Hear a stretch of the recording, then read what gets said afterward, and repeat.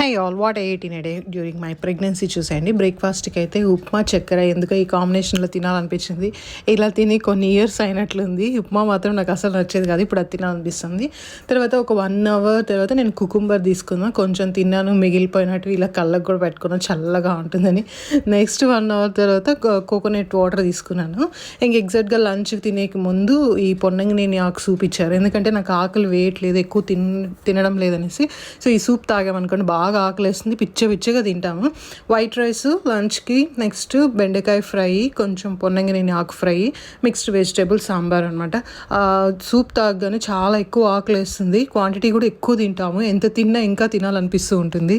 ఇంకా ఆంటీ కోసం అయితే ఒక శారీ ఆర్డర్ చేశాను. నాకైతే ఈ కలర్ కాంబినేషన్ చాలా బాగా నచ్చింది.